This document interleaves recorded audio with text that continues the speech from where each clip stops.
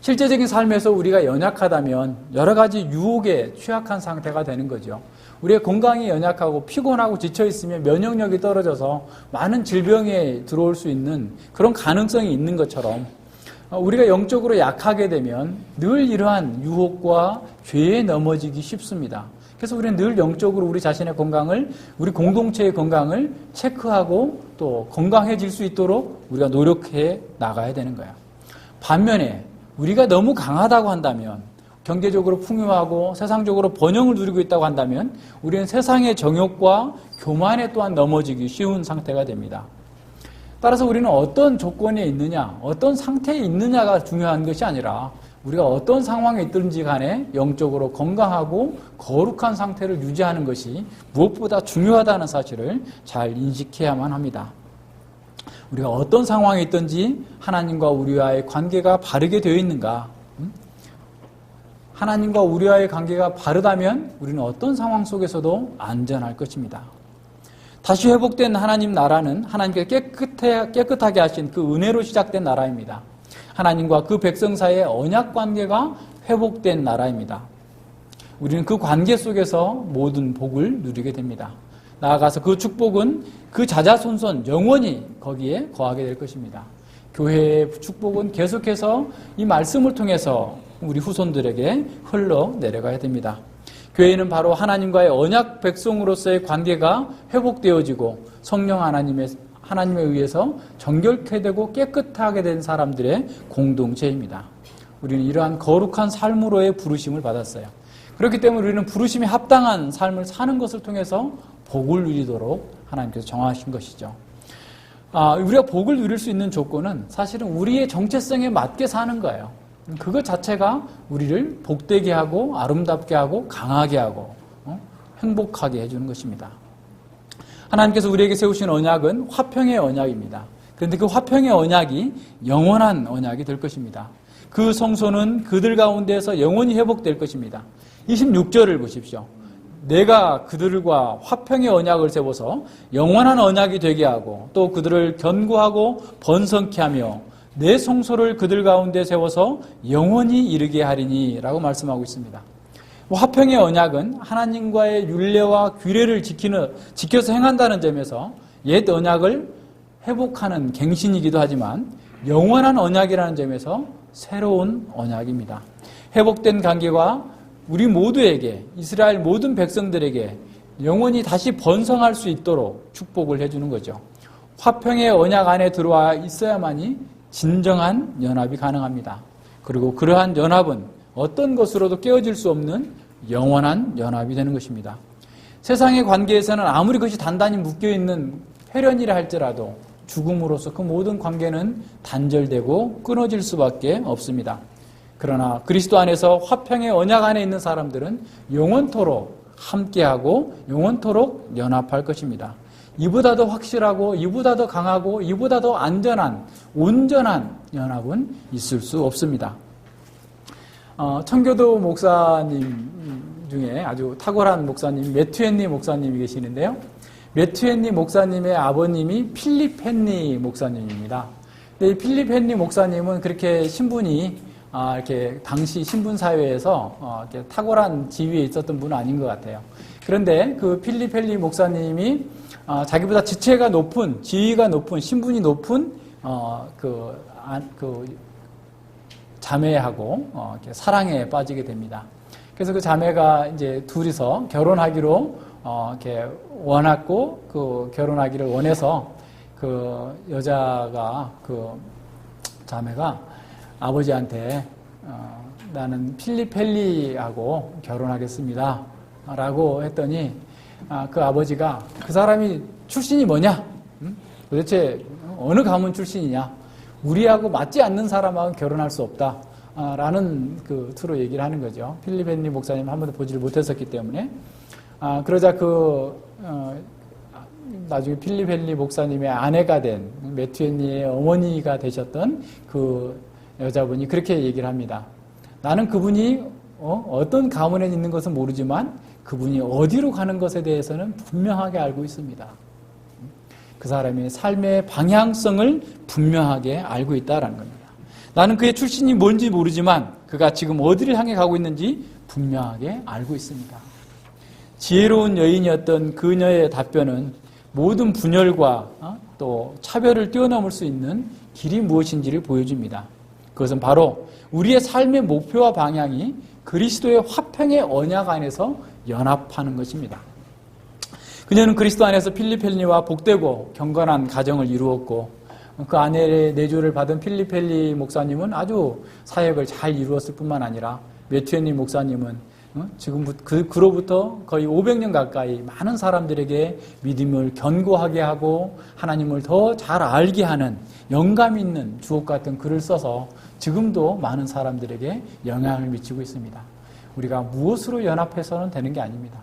화평의 언약 가운데에서 삶의 목표와 방향이 같았을 때 그 연합은 온전한 연합, 영원한 연합, 세세토록 변치 않는 그런 연합이 되는 것입니다. 이스라엘의 미래적 전망은 내 성소가 영원토록 그들 가운데 있으리니라고 하는 그 말씀에서 정점에 도달합니다. 우상들에게 점령당했던 예루살렘 성전을 심판하시고 떠나셨던 하나님께서 다시 돌아오셔서 당신님의 성소를 그들 한가운데에서 다시 세우시고 영원히 함께 하실 것을 약속하십니다. 하나님께서 주변의 모든 위험으로부터 이스라엘을 안전하게 지켜주시고 영원한 화평을 보장해 주시겠다라고 약속하십니다. 그러나 옛 예루살렘 성전의 운명이 잘 보여주듯이 성소의 존재가 구원을 자동으로 보장해 주지는 않습니다. 하나님께서 임재해 계실 수 있는 성소가 될 때에만 구원과 축복의 통로가 될 수 있습니다. 모든 교회가 하나님의 교회임을 주장하지만 그런 주장이나 그런 간판을 단다고 해서 그것이 하나님의 교회가 되는 것은 아닙니다. 오늘날 하나님과 상관없이 모이는 교회가 얼마나 많은지 모릅니다. 교회의 속성과 사명이 명확하게 드러나지 않는 교회고 많고 교회의 표지가 드러나지 않는 교회가 많습니다. 교회는 참된 표지가 드러났을 때 하나님의 교회인 것입니다. 왜냐하면 성전은 온전하게 성화되어가는 공동체 가운데에서만 영원한 안전을 보장할 수 있기 때문에 그렇습니다.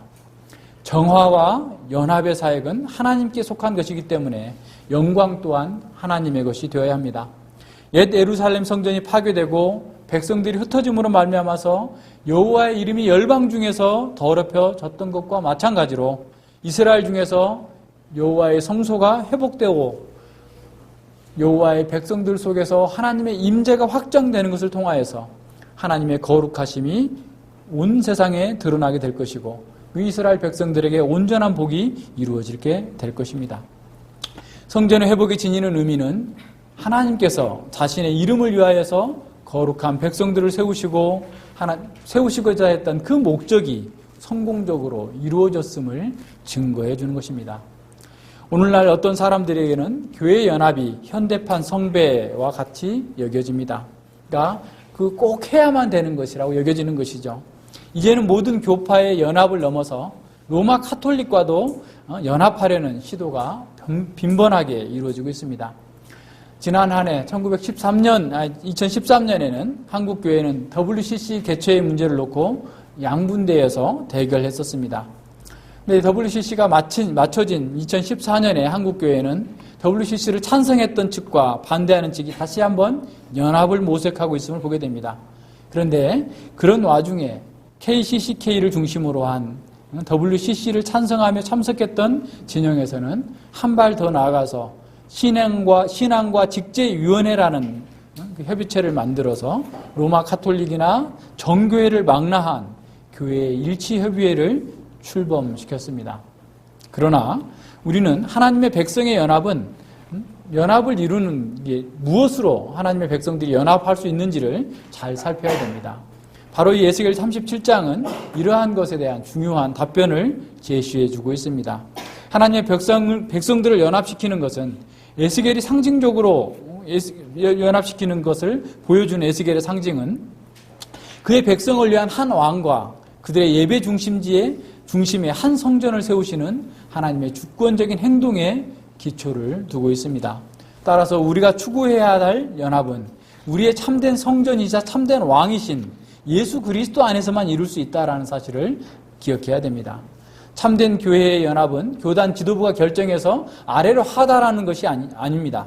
또한 성도들이 대중적인 여론을 형성해가지고 무엇인가를 결정해서 위로에 올라가는 그러한 개혁도 안 되는 것입니다. 오히려 참된 연합은 그리스도를 중심으로 해서 밖으로 흘러나가는 것이어야 됩니다.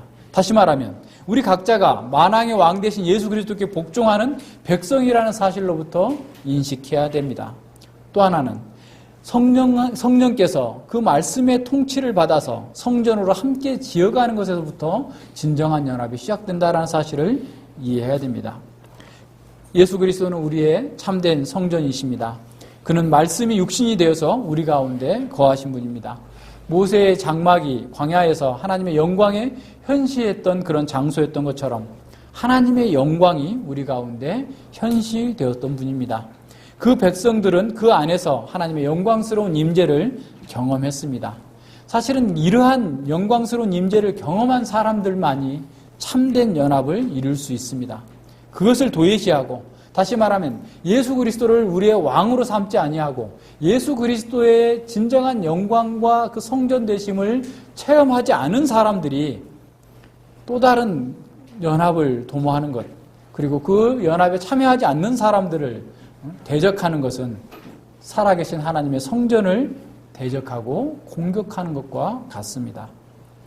예수님께서 우리의 성전이시기 때문에 예배 안에서 우리들을 연합해 가십니다. 예수님께서 사마리아 여인을 만나셨을 때 그는 분리된 성전으로 인해서 갈라진 유대인과 사마리아인들의 구별의 종식을 예언하셨습니다. 요한복음 4장 21절과 24절에 나타날 말씀인데요. 이 산에서도 말고 그리심산이 있는 사마리아 성전을 얘기하고 있는 거죠. 예루살렘에서도 말고 시온산에 있는 그 성전에서도 말고 너희가 이 하나님 아버지께 예배할 때가 이르리라. 예배하는 자는 성령과 진리로 예배할지니라 라는 말씀이죠. 이 말씀은 하나님을 예배하기 위해서 온 민족들이 시온산으로 나와야 된다고 했던, 다시 말하면 구약의 그러한 예언들의 급진적인 어떤 변화를 말씀해 주고 있는 거예요. 다시 말해서 그리스도의 오심으로 말미암아서 예배에서 유대인과 사마리아 사람들 사이의 구분은 영원히 사라지게 된 겁니다. 유대인과 사마리아인들이 동일하게 마지막 성전이신 예수 그리스도와 친히 연합되는 것을 통하여서 하나가 되고 참된 예배를 드릴 수 있다라는 겁니다. 그러니까 어느 누가 됐든지 간에 그리스도 안에서 하나님께 나아갈 수 있는 것이지 그리스도가 없는 곳에서 어떤 연합과 하나님께 나가는 예배도 불가능하다라는 겁니다. 그리스도께서 십자가의 죽음을 통해서 유대인과 이방인 사이에 있는 옛 장벽들을 다 무너뜨렸고 둘이 하나를 이루어서 한 성전으로 새롭게 지어가서 하나님께로 인도해 가십니다. 이제는 오로지 하나님의 한 성전, 곧 다시 말하면 예수 그리스도의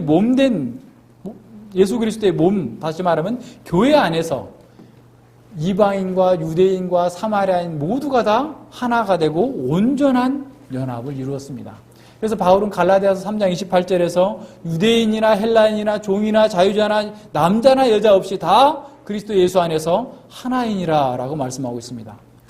예수 그리스도 안에 있을 때만 인종과 신분과 계급을 초월한 온전한 연합을 이룰 수가 있고 이루어야만 합니다.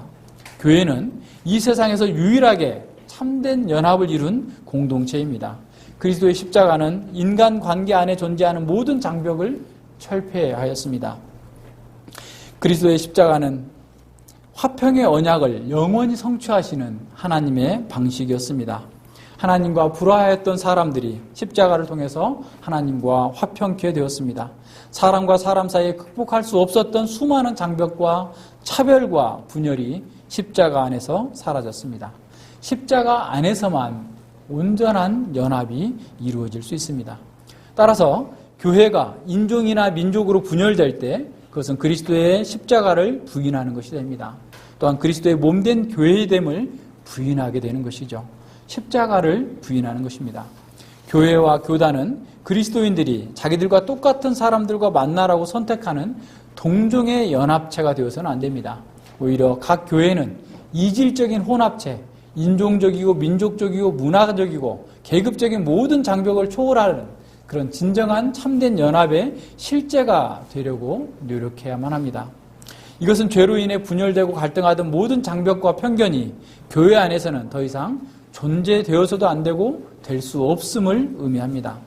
교회는 십자가로 도래한 하나님 나라를 가장 명확하게 보여주는 공동체입니다. 왜냐하면 우리가 교회의 회원이 된 것은 하나님의 양자가 되었음을 의미합니다. 우리는 그리스도 안에서 하나님의 자녀로 하나가 된 것이죠. 우리가 함께 하나님을 예배하는 것은 그리스도의 십자가로 말미암아 새롭게 이루어진 새로운 인류로서 하나된 공동체로서 하나님께 나아가는 것입니다. 우리는 홀로 하나님께 예배로 나아갈 수 없습니다. 그리스도의 몸된 지체로서 하나로 연합된 생명의 공동체로서만 하나님께 나아갈 수 있는 거예요. 우리가 주기도문에서 봤죠? 우리에게 일용할 양식을 주옵시고 우리의 죄를 사하여 주옵시고 우리를 유혹과 시험에 들지 말게 하옵시고 우리의 아버지시여. 계속해서 우리로서 나가는 거예요. 연합된 공동체로서 나가는 겁니다. 그래서 교회 안에는 그 어느 어떤 누구의 차별도 있어서는 안 되고 뭐 어떤 장벽도 남아 있어서는 안 되는 거예요. 온전히 하나님의 자녀라고 하는 그 공동체 속에서 하나가 되고 모든 차별이 극복되어야만 되는 겁니다. 교회의 이란 연합은 성령 하나님으로부터 창출되는 연합입니다.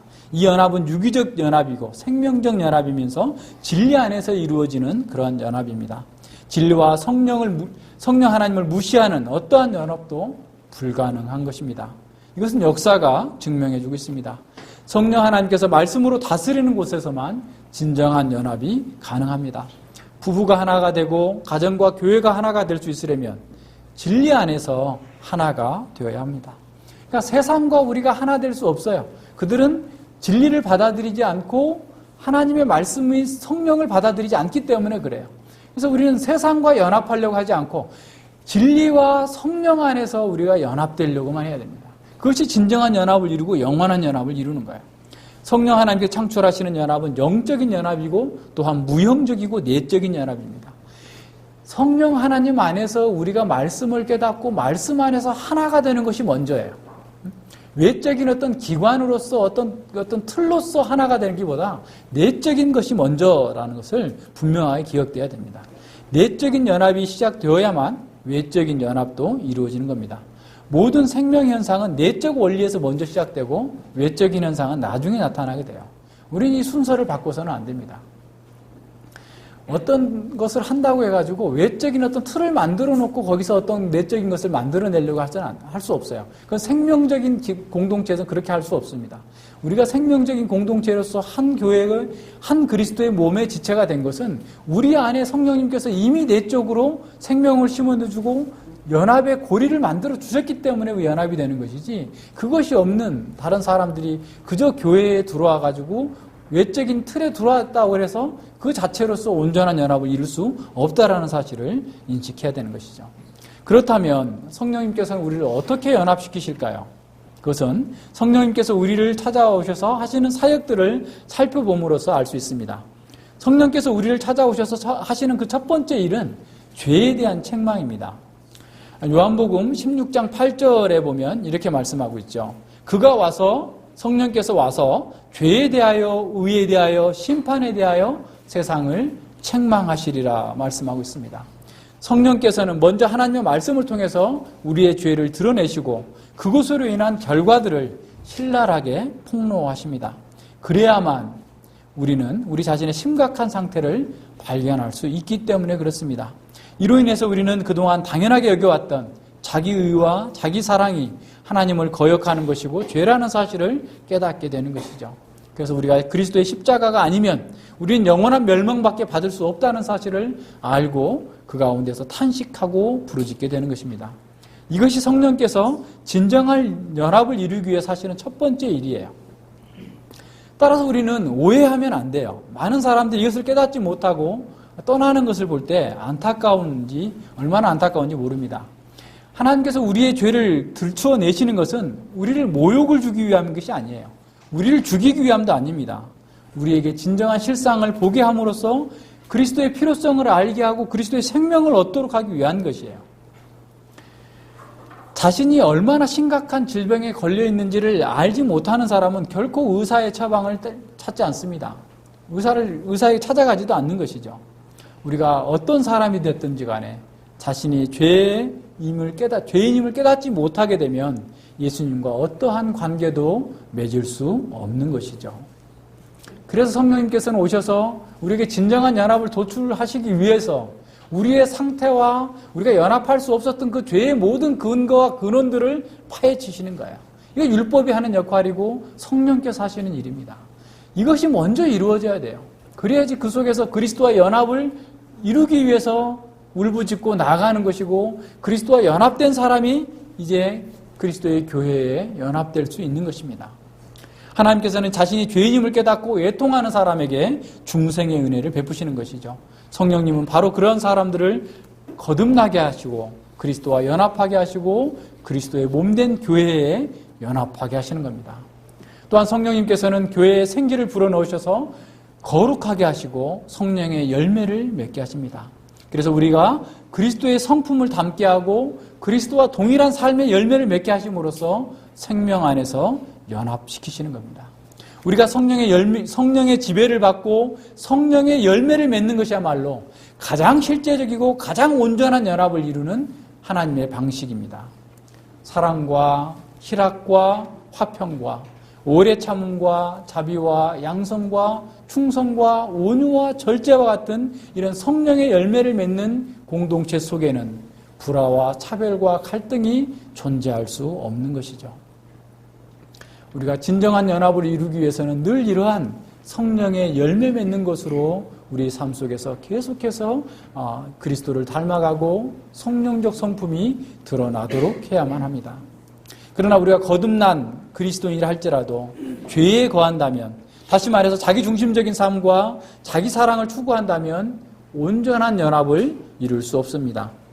참된 연합은 성령 하나님께서 말씀으로 다스릴 때 그 말씀의 순종함을 통해서만 가능합니다.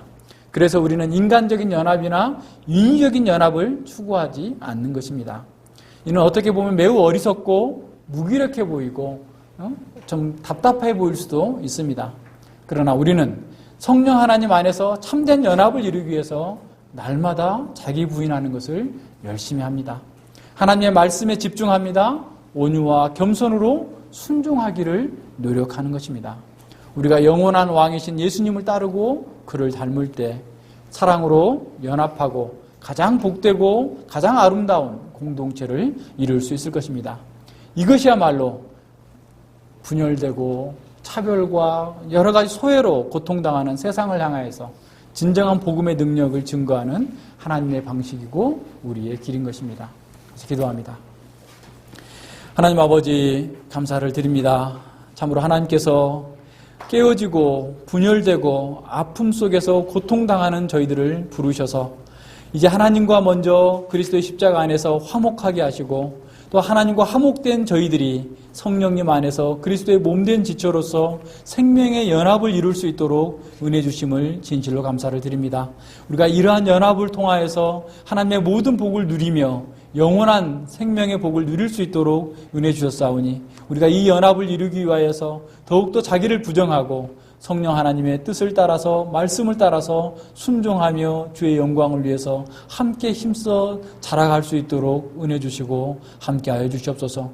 우리가 이 말씀 안에서 진정으로 연합을 이룸으로 말미암아서 그리스도의 영광이 우리 가운데 충만케 하여 주시옵시며 우리 가운데 어느 누구도 소외되거나 그 차별 때문에 아픔을 당하고 괴로움을 당하지 않고 온전히 그리스도의 사랑과 그리스도의 그 은혜 가운데에서 회복되어져서 서로 같이 강하고 담대하게 이 세상의 어둠을 뚫고 그리스도의 영광 가운데에서 우리의 사명을 잘 감당할 수 있는 하나된 공동체로서 세워져 갈 수 있도록 함께하여 주시옵소서. 늘 나보다 하나님의 교회를 생각하게 하여 주시고 교회 아로서 우리의 존재의 가치와 의미와 그 삶의 방향을 잘 점검하며 나아갈 수 있도록 주께서 함께하여 주시옵소서. 감사드리며 예수님 이름으로 기도드립니다. 아멘.